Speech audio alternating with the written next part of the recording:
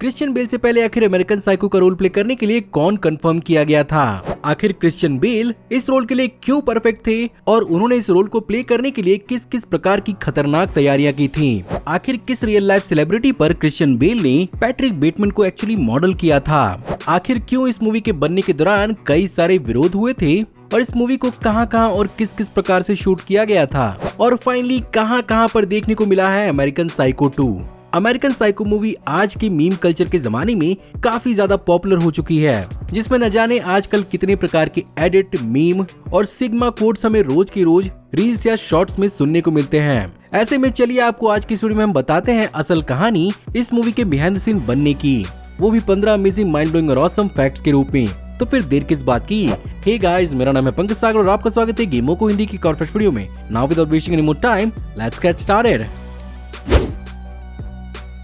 Memers और sigma का देवता बनने से पहले पैट्रिक बेटमैन हमें नॉवेल के अंदर सबसे पहली बार देखने को मिला था, जो थी ब्रेट ईस्टन एलिस की कहानी अमेरिकन साइको। और इसी के ठीक एक साल बाद एडवर्ड प्रेसमैन को इस कहानी पर एक लाइव एक्शन अडॉप्टेशन बनाने की खुजली मची और उन्होंने इसके राइट्स को ही खरीद लिया। बट टू हिज सरप्राइज ये खुजली उनकी 8 साल तक नहीं मिटने वाली थी, क्योंकि इस बीच बहुत सारे अलग अलग राइटर्स, डायरेक्टर्स और एक्टर्स तक को इस मूवी के लिए चेंज किया गया, जहां पर एक प्लान के हिसाब से री एनिमेटेड डायरेक्टर स्टुअर्ट गॉर्डन इस पर मूवी बनाना चाहते थे, जो एक्चुअली जॉनी डेप को इस मूवी के लीड में लेना चाहते थे। और बेसिकली कहानी के राइटर ब्रेट ईस्टन एलिस को ये पूरा का पूरा आइडिया बहुत ही बकवास लगा था। फॉर्चुनेटली ये मूवी उस समय नहीं बन पाई। अब हो सकता है कि किसी अल्टरनेट रियलिटी के अंदर Johnny Depp actually Patrick Bateman के रूप में मुंह बिचकाते हुए नजर आते होंगे, बट वही अकेले नहीं थे इस लिस्ट के अंदर जो पैट्रिक बेटमैन का रोल प्ले करने वाले थे। और अपेरेंटली प्रोडक्शन को लियोनार्डो डिकैप्रियो काफी पसंद थे इस रोल के लिए, जिन पर प्रोडक्शन का ध्यान 1998 में आई टाइटैनिक मूवी में उनके परफॉर्मेंस और पोर्ट्रियल के बाद आया था, जहां पर एक्चुअली स्टूडियो उन्हें लगभग $20 मिलियन पे करना चाहता था इस रोल को प्ले करने के लिए। हैरानी की बात तो ये है कि इस मूवी का पूरा बजट ही $10 मिलियन के अंदर था। यहाँ तक कि लियोनार्डो डिकैप्रियो खुद इस रोल को प्ले करने के लिए इतने बेचैन थे कि उन्होंने अपनी तरफ से Danny Boyle, Stanley Kubrick, Martin Scorsese और ऑलिवर स्टोन जैसे डायरेक्टर्स को सजेस्ट करना शुरू किया था, लेकिन इसके खिलाफ डायरेक्टर मैरी हैरन शुरू से थी। और जैसा कि लियोनार्डो डिकैप्रियो का उस समय एक यंग हार्ट थ्रॉब वाला पर्सोना था, मैरी हैरन के हिसाब से वो इस रोल को प्ले करने के लिए कुछ ज्यादा ही बच्चे की तरह दिखते थे। बावजूद इस चीज के भी 1998 के कांस फिल्म फेस्टिवल में इस बात को अनाउंस कर दिया गया कि लियोनार्डो डिकैप्रियो को पैट्रिक बेटमैन के लिए कास्ट कर लिया गया है। वो बात अलग है कि इस मूवी का प्रोडक्शन 1 साल भी नहीं टिक पाया और बहुत सारी क्रिएटिव डिफरेंसेस के चलते ये मूवी पूरी की पूरी उस समय बंद हो गई थी।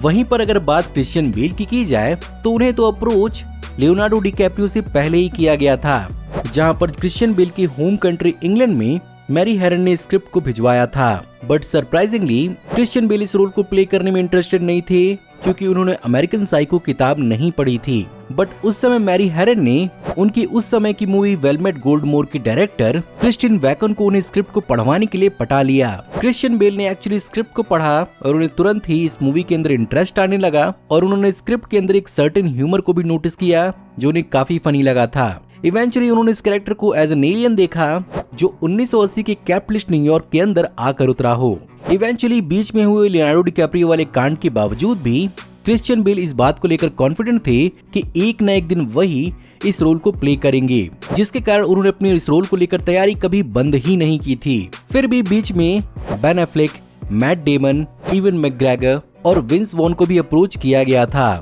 फाइनली लॉरेंस गेट ने इस बात की शर्त रखी कि वो क्रिश्चियन बेल को इसी शर्त पर हायर करेंगे कि वो उन्हें सिर्फ और सिर्फ 50,000 की इस मूवी की सैलरी देंगे, साथ ही साथ इस मूवी का बजट $10 मिलियन से ज्यादा नहीं होना चाहिए। और ऐसे बनी ये आइकॉनिक मूवी। और डेफिनेटली जब हम यहाँ पर बात तैयारियों की कर रहे हैं तो यहाँ पर एक्चुअली क्रिश्चियन बेल ने इस रोल के लिए खुद को काफी ज्यादा डेडिकेट कर दिया था, जिसमें सबसे बड़ी और सबसे पहली उनकी प्रॉब्लम थी उनकी थिक ब्रिटिश मैनचेस्टर वाली एक्सेंट। और अमेरिकन एक्सेंट उन्हें इस मूवी से पहले उतने अच्छे से नहीं आता था, बट उन्होंने इसकी लगातार प्रैक्टिस करना शुरू कर दी और मूवी का सीन हो चाहे ऑफसेट, वो इसी अमेरिकन एक्सेंट से ही लोगों से बात किया करते थे। तो जैसा कि पैट्रिक बेटमैन को मूवी के अंदर अपने लुक्स और फिजिक को लेकर परफेक्शनिस्ट दिखाया गया था, उस चीज को क्रिश्चियन बेल ने काफी सीरियसली लिया और मूवी के प्रोडक्शन के दौरान वो हफ्ते के 6 दिन के 3 घंटे एक्सरसाइज किया करते थे और मूवी से पहले उन्होंने तकरीबन 63 पाउंड तक का वजन घटाया था और ऑफ कैमरा भी वो काइंड ऑफ इस कैरेक्टर की लाइफ को ही जीना शुरू कर चुके थे, जहाँ पर वो अपने फेलो एक्टर्स और कॉलिग्स के साथ शूट के खत्म होने के बाद बिल्कुल भी सोशलाइज नहीं करते थे, जिसके कारण उनके इस व्यवहार से बहुत सारे एक्टर्स को प्रॉब्लम थी और यहाँ तक कि मैरी हेरन ने उन्हें रोबो एक्टर तक का भी उपाधि दे दी। ऑल्सो इस मूवी के कई सारे न्यूड सीन्स के लिए भी क्रिश्चियन बेल बिल्कुल भी नहीं झिझके और बहुत सारे सीन्स में वो अपने फ्रंट के औजार को एक्चुअली मोजे से ढका करते थे। इतना सब कुछ सिर्फ और सिर्फ $50,000 के बदले। इसे डेडिकेशन नहीं कहिएगा तो और क्या कहिएगा। बट एक तैयारी उन्होंने ऐसी की थी जो आज के जमाने में बहुत ही ज्यादा कंट्रोवर्शियल बन चुकी है और यहाँ पर खुद क्रिश्चियन बेल के हिसाब से उन्होंने पैट्रिक बेटमैन के मूवी के अंदर कैरेक्टर को एक्चुअली किसी और पर नहीं बल्कि टॉम क्रूज पर ही मॉडल किया था, जिसका आइडिया उन्हें डेविड लेटरमैन की टॉम क्रूज वाले एक इंटरव्यू के एपिसोड से आया था, जहां पर क्रिश्चियन बेल के हिसाब से उन्हें इस एपिसोड में टॉम क्रूज की नकलियत नजर आ रही थी और उन्होंने उनकी आंखों के पीछे कुछ भी नहीं देखा था। इस मूवी के स्क्रिप्ट को इसके ओरिजिनल सोर्स मटेरियल के नॉवेल के काफी करीब रखा गया है, जहां पर हर एक लाइन को इस मूवी के अंदर अडॉप्ट करने की कोशिश की गई है। फिर भी एक लाइन था जिसे अडॉप्ट करना बहुत ही मुश्किल था, जहां पर नॉवेल के अंदर Patrick Bateman don't touch the Rolex बोलता है। बट जैसा कि मूवी का एक बहुत ही ग्रूसम नेचर है, रोलेक्स अपनी इमेज की कुछ ज्यादा ही परवाह कर रहा था। बट अपेरेंटली मूवी के अंदर पर्टिकुलरली रोलेक्स को ही दिखाना बहुत जरूरी था, जिसके कारण यहाँ पर रोलेक्स ने एक स्पेशल एग्रीमेंट की जिसमें पैट्रिक बेटमैन सीन के अंदर जहाँ पर भी किसी को मारता हुआ नजर आता है वहाँ पर उसे रोलेक्स को पहने हुए नहीं दिखाया जाएगा। साथ ही साथ पर्टिकुलरली पैट्रिक बेटमैन अपने मुंह से रोलेक्स नहीं बोलेगा, जिसके कारण नॉवेल के don't touch the Rolex line को मूवी के अंदर डोंट टच द वॉच में चेंज कर दिया गया। खैर इस मूवी का एक और बहुत ही बेहतरीन डिटेल है और वो है इस मूवी का टाइम पीरियड, जहां पर बुक के अंदर एक्चुअली इस मूवी को 1989 में सेट किया गया है, बट मूवी के अंदर अमेरिकन प्रेसिडेंट रोनाल्ड रीगन के फाइनल स्पीचेस को दिखाया जाता है, जिसके कारण ये बात मानी जा सकती है कि ये मूवी एक्चुअली 1989 से भी 2 साल पहले की कहानी है और ऑफिशियली बुक की टाइमलाइन मूवी से पहले चल रही है। अब जैसा कि इस मूवी को as an hardcore adult movie के रूप में कंसीडर किया जाता है, 2000 के सनडांस फिल्म फेस्टिवल के दौरान इस मूवी को motion picture association of America ने NC-17 की रेटिंग दी थी, क्योंकि यहाँ पर कई सारे न्यूड और एडल्ट सीन्स थे। बट यहाँ पर मैरी हेरन इवेंचुअली इस मूवी के लिए R रेटिंग चाहती थी, जिसके कारण मूवी के तकरीबन 18 सेकंड के फुटेजेस को कट करके गोरी और ग्रूसम सीन्स की मात्रा को बढ़ा दिया गया, जिसके कारण इस मूवी को R रेटिंग मिल पाई।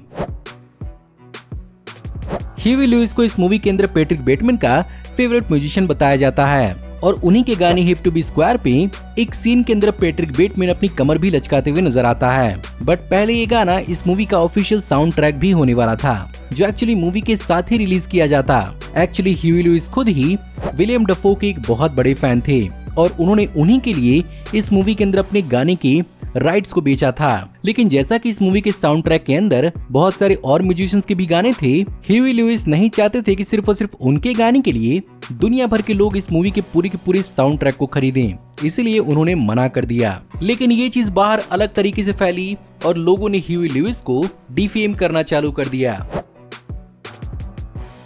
इस मूवी के अंदर दिखाए हुए न्यूयॉर्क सिटी को एक्चुअली कनाडा के डाउनटाउन टोरंटो के अंदर शूट किया गया था, of course due to lot of tax rebates. But इस मूवी के प्रोडक्शन के दौरान कई सारे एंटी वायलेंस पेटिशंस आने लगे थे, जब कुछ सीन्स की फिल्मिंग के लिए कई सारे बार्स और रेस्टोरेंट के लिए शूट किया जाना था। और उसका सबसे बड़ा रीजन था पॉल बर्नार्डो, जो बेसिकली एक सीरियल किलर था और उसके पास से अमेरिकन साइको की ही किताब का एक कॉपी मिला था। एंड ऑफ कोर्स लोगों को यही बात खटक रही थी कि हो सकता है कि ये मूवी लार्ज स्केल पर लोगों पर एक बहुत बड़ा इम्पैक्ट डाले, जिसके कारण इस मूवी के ऑफिस और बिल्डिंग वाले सीन्स को साउंड स्टेजेस के अंदर शूट किया गया था, क्योंकि बहुत सारे प्रॉपर्टी ओनर्स इस मूवी के लिए अपने प्रॉपर्टी को रेंट नहीं करना चाहते थे।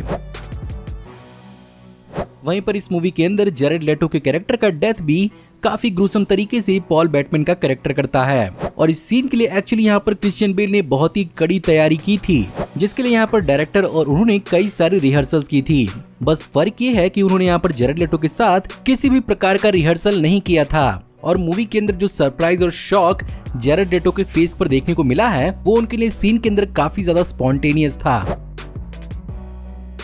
लेकिन अगर आप ये सोचते हैं कि शायद अमेरिकन साइको 2 कभी बनी ही नहीं या आप इसके सीक्वल का इंतजार कर रहे हैं तो यहाँ पर एक्चुअली आप गलत हैं, क्योंकि इसका सीक्वल ऑलरेडी आ चुका है, बस शायद आपको पता नहीं चला होगा। क्योंकि साल 2002 के अंदर इसका एक डायरेक्ट टू वीडियो सीक्वल आया था जिसमें लीड के रूप में मिला कुनिस थी, जिनका पास्ट एक्चुअली पैट्रिक बेटमैन से जुड़ा होता है और बड़ी होने के बाद वो खुद एक साइको बनती है। बाय द वे ये मूवी मैंने अब तक देखी नहीं है तो मैं बता नहीं सकता कि ये मूवी कैसी थी, बट बहुत सारी साइट्स ये क्लेम करती हैं कि ये मूवी कुछ उतनी खास नहीं है।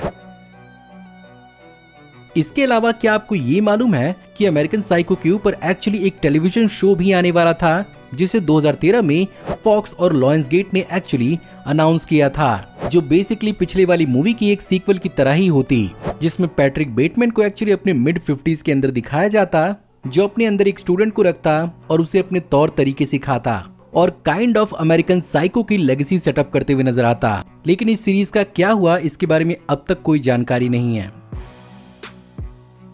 लेकिन भले ही इन मीडियम्स के अंदर हमें अमेरिकन साइको का सीक्वल नहीं देखने को मिला, बट इसका ऑफिशियल कॉमिक बुक भी इस साल रिलीज किया गया है, जो सुमेरियन पब्लिकेशन के अंदर रिलीज हो रही है। और इस कॉमिक बुक सीरीज के अंदर एक्चुअली 4 इश्यूज हैं, जिसमें पैट्रिक बेटमैन का भी पर्सपेक्टिव दिखाया गया है, वहीं पर इसके मरने वालों का पर्सपेक्टिव दिखाया गया है, साथ ही साथ इसका एक फीमेल प्रोटैगनिस्ट वाला प्रॉपर कॉमिक बुक सीक्वल भी प्रेजेंट किया जाएगा, जो मिला कुनिस वाले अमेरिकन साइको की कहानी को फॉलो नहीं करेगी।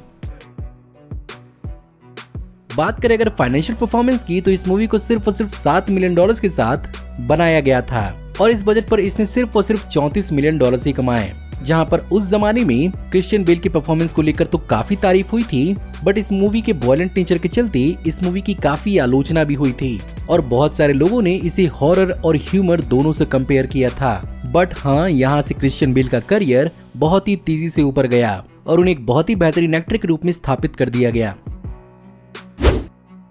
सो गाइज, ये थे 15 अमेजिंग माइंड ब्लोइंग और awesome the American psycho movie facts. मैं उम्मीद करता हूँ कि आपको आज की वीडियो पसंद जरूर आई होगी और अगर आपको आज की वीडियो पसंद आई हो तो प्लीज वीडियो को लाइक जरूर करिएगा। साथ ही साथ कमेंट्स में आप बताइए कि आपको इस मूवी के बारे में और क्या क्या मालूम है। साथ ही साथ अगर आप इस चैनल पर नए हैं तो इस चैनल को अभी कभी सब्सक्राइब कर लीजिए, क्योंकि हम ऐसे ही ऑसम वीडियोस लाते रहते हैं। मैं जल्द ही आपको एक नई वीडियो में देखने को मिलूंगा, तब तक आप हमारी इन वीडियोस को एंजॉय कर सकते हैं। Thank you for watching, see you in the next video, till then take care, good bye.